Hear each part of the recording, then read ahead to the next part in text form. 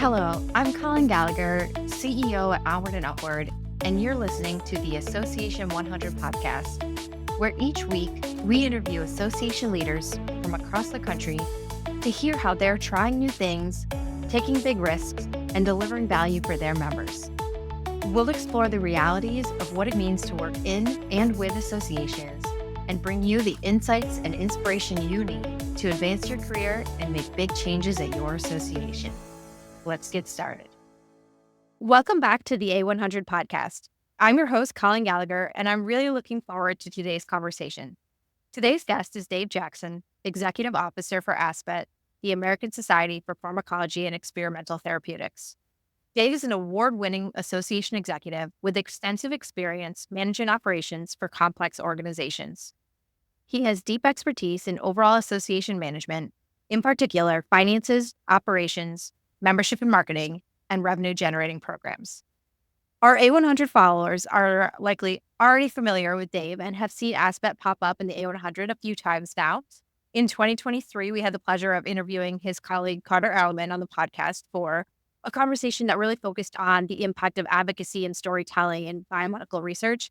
And then this summer at ASCE's annual meeting, Dave sat down with us for an article about open access that left us wanting more on this very important topic for so many associations. So we asked Dave to come back and take a deeper dive into it. So Dave, thanks so much for joining us today. Great. Very happy to be here. Thanks for having me.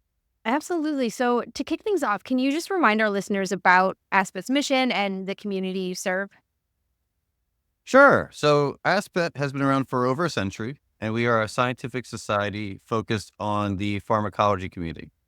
And by pharmacology, that is essentially the science of drugs and, what drugs do to the body and conversely, what the body does to drugs during that process. So that's what our community focuses on. We are made up of about 4,000 members. You can find them in academia, in big pharmaceutical companies, smaller biotech companies, governmental agencies. And if you're someone who's interested in pharmacology, we hopefully are the professional home for you. So one of the things we talked about at ASAE was the recent White House directive on open access. I'd love to talk more about how you're preparing for this shift to make all federally funded research, in essence, immediately accessible to the public. Yeah, this is a big deal to the scholarly research world, and ASPET is absolutely affected, like many others, by the implications of this memo and what it'll do in terms of publishing requirements. So the memo you're referencing came out, I guess it was about a year ago. Actually, no, 2022. So 2 years ago. Time flies. And since the memo came out from the OSTP, so the White House Office of Science and Technology Policy, the different federal agencies have been now moving to implement it at their agency level. And we at ASPET have been keeping tabs and even providing feedback to the different policies that have been forthcoming from those agencies, knowing that the vast majority of our members get their funding from NIH, NSF, the U.S. agencies. While we have members internationally, and there's obviously international implications to how their funding comes from, the majority of our research that we publish does come, or about the majority, comes from U.S. agencies. So this is a big deal to us that starting at the end of 2025, our researchers and our authors will be mandated to have their research publicly accessible. Okay, so I feel like with anything like this, when there's a big change, there's both the challenges you'll face and the opportunities. What do you really see as the unique pieces of that for ASPET in this transition? The good news is this isn't out of the blue. The shift to open access, honestly, this has been something that has been in the works, or the trends have been heading this way for probably decades at this point. So it's not something that we are just having to respond to without having to think of before. For a few examples on the ASPET side of things, when what was called the 2013 Holdren memo came out from also the OSTP, that set in place where there was a 12-month post-publication embargo. So the memo in 2022 we were referencing will have it so research has to be publicly accessible immediately. Back about a decade ago, the rule came in where it had to be accessible publicly within 12 months. So that was a shift in and of itself, but that started getting organizations like ASPET and other publishers thinking about, is the world shifting to open access? Is this something that is going to be more and more the way things work? And back then, for example, ASPET, one, we made our traditional subscription-based journals, we provided an open access option to our authors about a decade ago. So it wasn't a requirement. We still had subscription-based paywalls for the business model of our journals. But if you're someone who either preferred or even maybe had a requirement to have your research accessible publicly immediately, we provided that as an option. So that's been in place for over a decade for every one of our journals. We also back then, realizing this is potentially where the industry was headed, we created a new journal in partnership with the British Pharmacological Society and Wiley about a decade ago. That was a gold open access journal. So if you had to pay a fee, your content was immediately accessible. And this was almost us experimenting with that model and realizing that this may be where all the research is headed, but we want to at least prepare ourselves to learn what this is, figure out what the author experience needs to be like. And we've been doing that for a decade, which is we've learned plenty of lessons about what that world is, what that business model is like, what that author experience needs to be. And that has helped prepare us for what's about to come at the end of 2025 with the 2022 Nelson memo coming into effect. Yeah, I love that you guys have spent so much time experimenting and being thoughtful that this was coming and not just kicking the can down the road and saying, we'll deal with it then. Because I think with any change in associations, that's really important because you do need to see what works. Like you said, understand the experience and things like that. You mentioned the Gold Open Access Journal, and you have a new one launching, correct? ASPET Discovery? Yeah, we just announced that recently, just a few months ago, and it will be launching in early 2025 in conjunction with the launching of our full partnership with Elsevier, who will now be publishing all of ASPET's journals in just a few months from now. Okay, amazing. I want to talk about that too. But for the ASPET Discovery, tell me about the vision behind this and how it's going to serve researchers and your goals based on what you've learned over these years testing things out. Sure. Really realizing that when you think about journals, especially if you have more than one, like we do here at ASPET, we have 4 wholly owned journals. We have the partially owned journal with other societies that I mentioned. Realizing that you got to think about the whole portfolio and how they all play in together. Our intention, at least for the time being, is that our subscription-based journals, while we expect that more and more of their content may be published open access because of the mandates that are coming through NIH and other agencies, we intend to keep them to be subscription-based still. So with that, we still also realize that there are going to be more and more of our potential authors who are going to need or maybe even have to have open access options. So while we've had this, what we call the PRMP is the journal that we own with others, we realize we need to invest even more in this. We need to provide another option that is part of the ASPET ecosystem, the ASPET portfolio. So basically, the new journal, ASPET Discovery, is going to be 100% ASPET owned. That means it's going to be managed by our members. We just recently announced our editor-in-chief, who's a former ASPET president, has decades of experience with our society, so knows us very well, knows our community very well, is very well respected.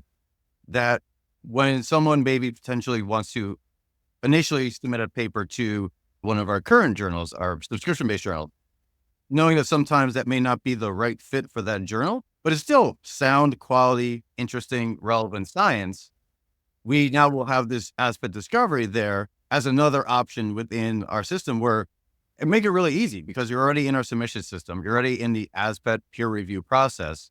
If that one option doesn't work, we'll now have ASPET Discovery there as another easier option to immediately send your paper to. Hopefully that based on our reputation, based on our editor-in-chief's reputation, that we are a sound, reputable journal that you'll want to consider. And we'll also make sure that it provides that gold open access option that more and more authors are looking for. I love that. Really strategic and thoughtful. And so you mentioned this partnership with Elsevier. That's a pretty significant shift from self-publishing. So what benefits and strategic advantages will this collab bring? Yeah, this was a decision literally years in the making, and that ASPET started before I even came on board about 3 years ago. So this is something that society has been thinking about for a while, as it should be, constantly watching where the industry is going, realizing that maybe our needs have changed over time. Because we at ASPET have been self-publishing our journals for about 3 decades. So for 30 years, give or take, we were doing it quote unquote on our own. But we realized with the changes in the industry, realizing that it's becoming harder and harder to compete in the way you need to in a global market, in a very, depending on your field, a very saturated market, and also just a market where the expectations from authors are increasing every year. It's the same idea if you talk about our industries with sales and like Amazon. Everyone's trying to always say, let's make our website look like Amazon because that's the expectation customers have. Yep. And we realize that authors also have higher and higher expectations of the service they'll get from their journals. So realizing that we need to up our game in that regard and also just make sure we can compete globally.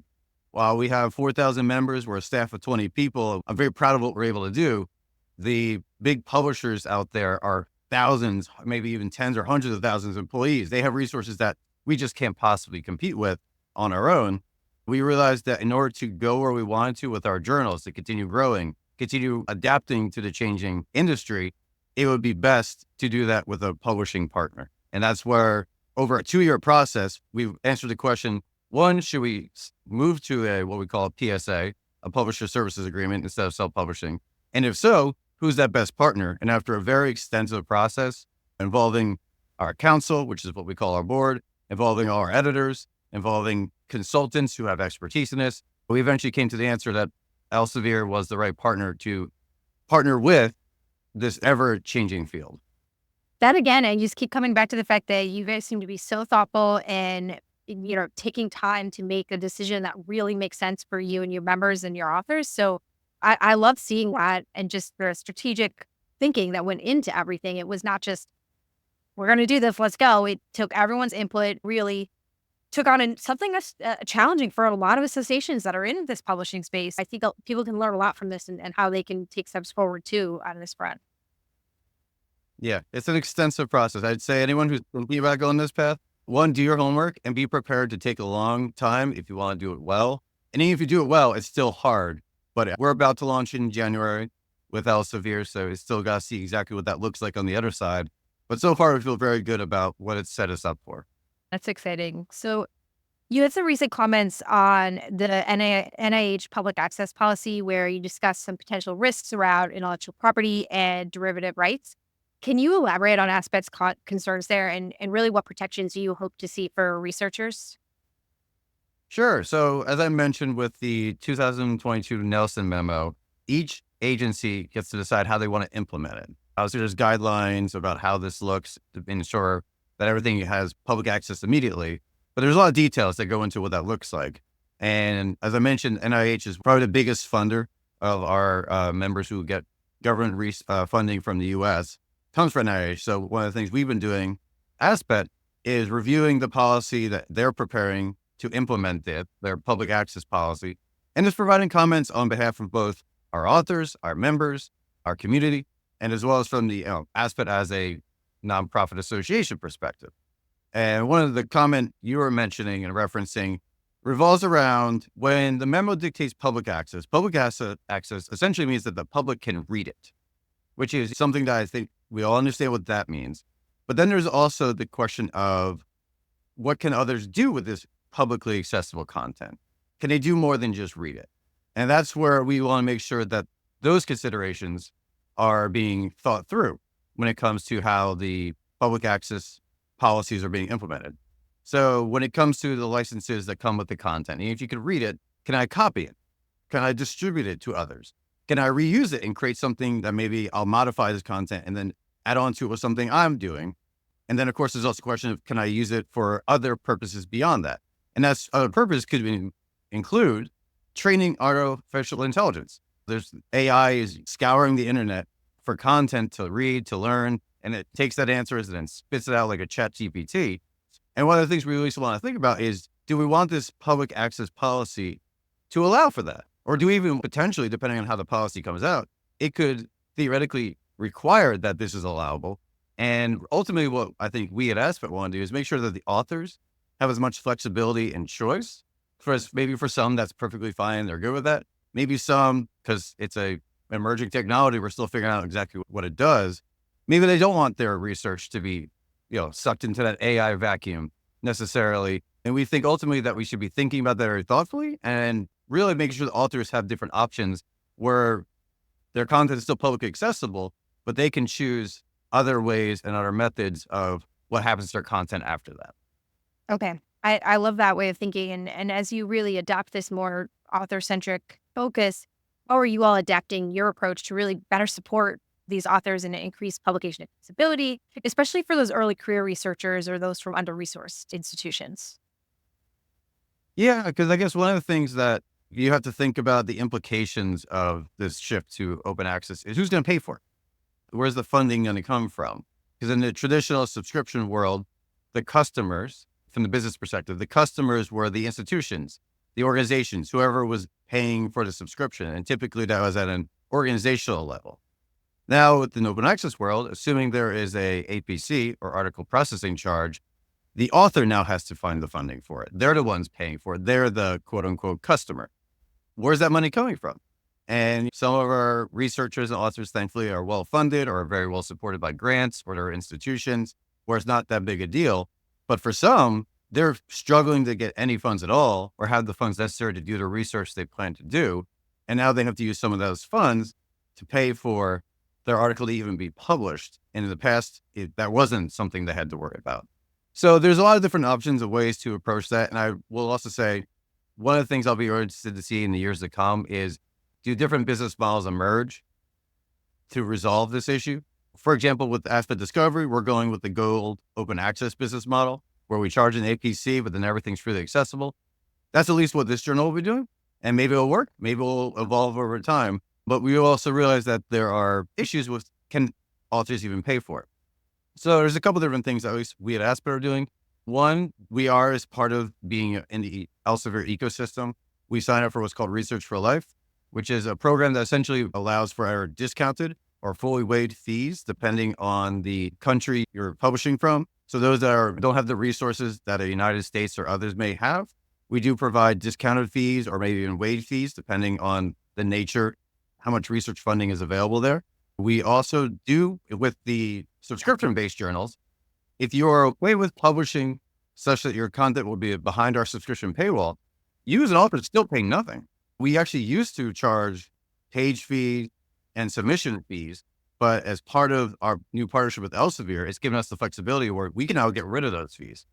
So if you're okay with your content not being fully open access immediately, we actually are making it so the author doesn't have to pay anything. So there's still that options and flexibility that, depending on your needs and your goals and also your funding, there's different ways to make it happen that you can publish with an ASPET journal.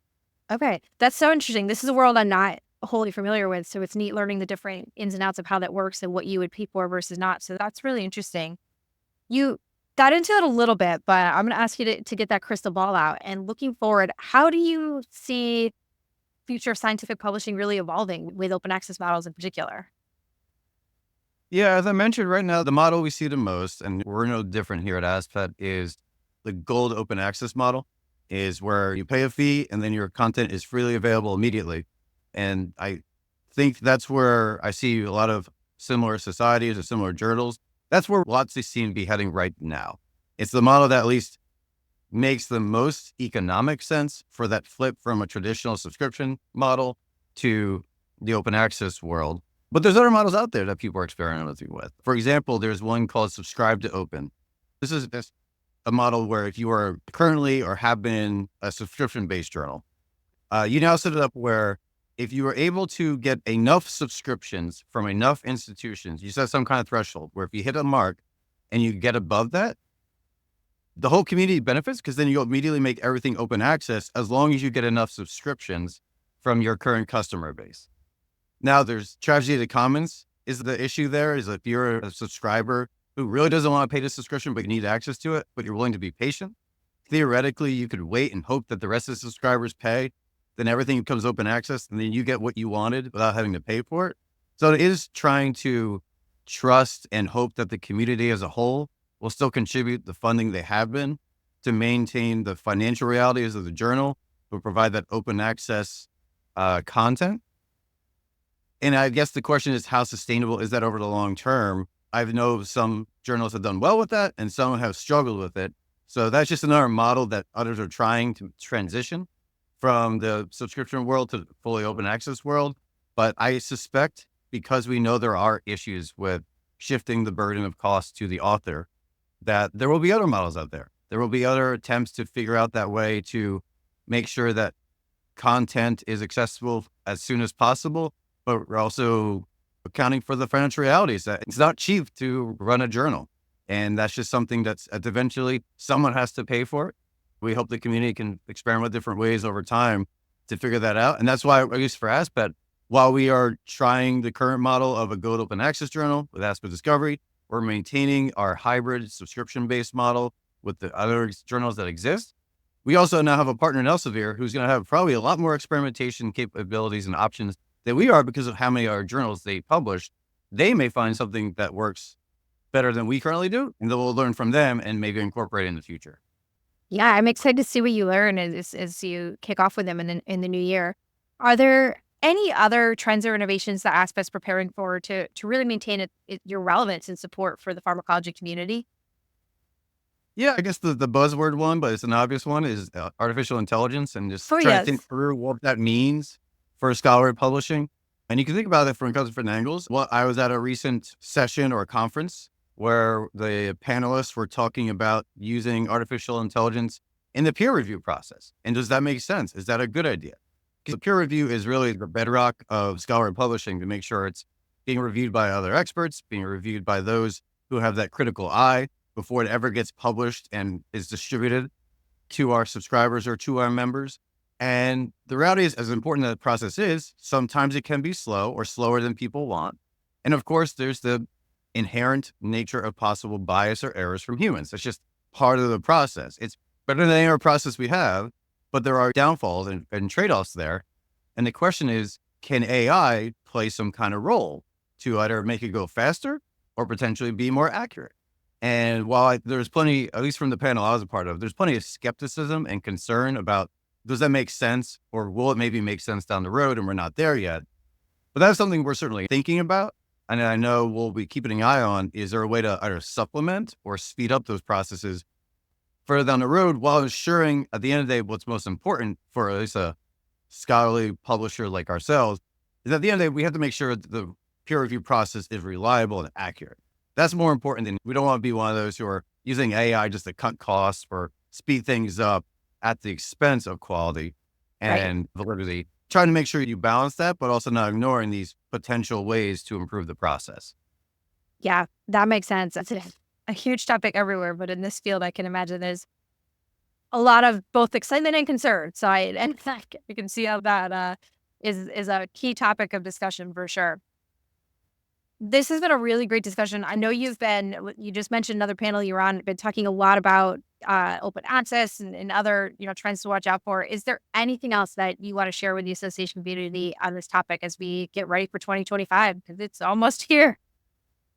Yeah, I guess first and foremost, if you haven't thought about it and you're in this world, you should really start thinking about it, because if your publications are funded by government funding, this is coming very soon and will have some kind of impact on, if not you, on your authors. And you need to make sure you're thinking about how you can respond and support them, whether it's with education, whether it's with training about what this means and what their options are, if it means different changes to your business model. Is make sure, hopefully you've already been thinking about it, but if you haven't, the time is here. As one very smart individual in the publishing world told me, it's not a matter of if this is happening, now it's just a matter of when it's going to have impacts on the scholarly publishing field. So to make sure you're at least thinking it through, talking with your leadership, and maybe the answer for you will be wait and see, but just realize it needs to be something you're at least thinking about. Absolutely. Dave, this was so helpful and so many great insights. So I really appreciate your time and take on this. But before we let you go, we like to wrap up every podcast with some just for fun questions so our listeners can get to know you a little better. So first one's easy. Where did you grow up? I grew up in Point Pleasant, New Jersey, so a small little beach town on the Jersey Shore. Okay, nice. And then what is your Starbucks order or go-to morning drink routine if you're not a Starbucks fan? I am a Starbucks fan. I probably drink too much Starbucks, and I usually go with cold brew. Cold brew is my Nice. drink of choice. If you won the lottery tomorrow, would you still work? I would probably volunteer. I don't think I'd work anymore, but I'd I'm probably with you. volunteer in different places that I enjoy helping out. I guess I still want to contribute Yep. in some way to society versus just hang out and play video games all day. Um, One of the things I used to do, I don't do right now, but I'd love to have more time to, is I used to volunteer and I even served on the board for food banks Cool. before, and I've always found that really meaningful. So it's like one of the examples of things I'd probably still try to find time to do, even if I didn't have financial concerns anymore. I love that. That's great. What's the last show that you've binge watched? I know it's from a few years ago, but my wife and I just finished Veep. Oh my And God, I love Veep. it was a wonderful show, very funny. And we literally just finished the series finale 2 days ago. So Oh, it's that was my hilarious, recent right? one. It's a good, Yes. you need to laugh. That's a really good one. Yes. I don't know if I've laughed harder recently than watching that. That's awesome. All right, what's a food you can't live without? I'm from New Jersey, so I guess the answer is pizza and bagels. Yeah, I'm with you on that. I grew up in New York, so I'm same thing. All right, last one, bucket list travel destination. I'd say Japan comes to mind. I've always been curious to go there and experience that culture. And then Spain is also another place I haven't been to that I'd love to experience. Nice. Those are two great ones on the list. Japan's on my list as well. Awesome, Dave. Well, thank you again. I really appreciate you taking the time to join us on the A100 today. Thank you. I really appreciate the conversation. That's a wrap for today's episode.